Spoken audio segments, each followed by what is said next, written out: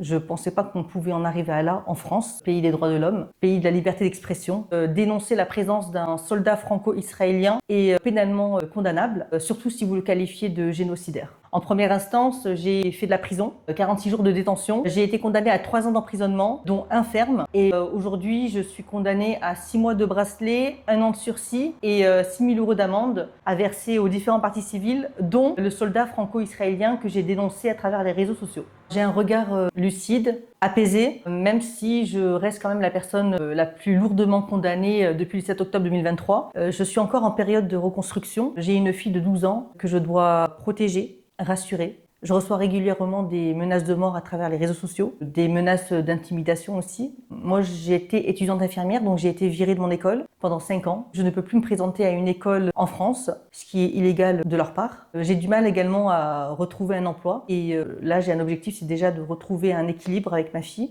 Ça ne m'empêche pas de militer, d'apporter mon soutien à la Palestine. On a voulu faire de moi un exemple, donner, je pense, un avertissement à d'autres militants à Nice et en France, en tout le cas. Mon engagement pour la Palestine, fièrement assumé, public, et le fait que ce soit fièrement assumé à travers les réseaux sociaux, c'est ce qui dérange.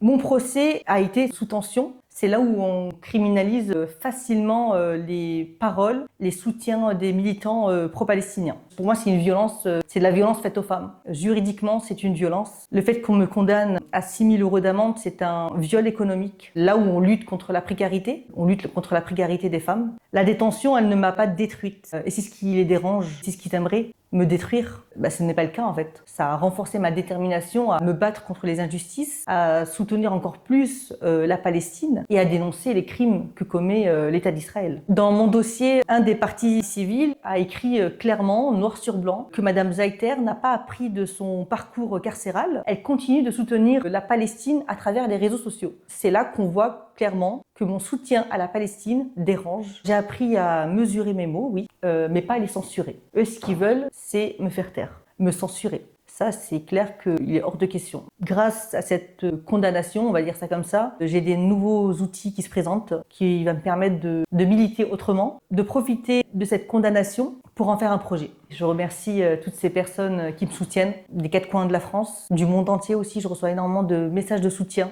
Et surtout, j'ai envie de leur dire de continuer de soutenir la Palestine, de le revendiquer à travers les réseaux sociaux, de ne pas avoir peur. Parce que ce n'est rien face à ce que les Palestiniens vivent. Et on doit continuer de porter la voix des Palestiniens malgré la censure en France.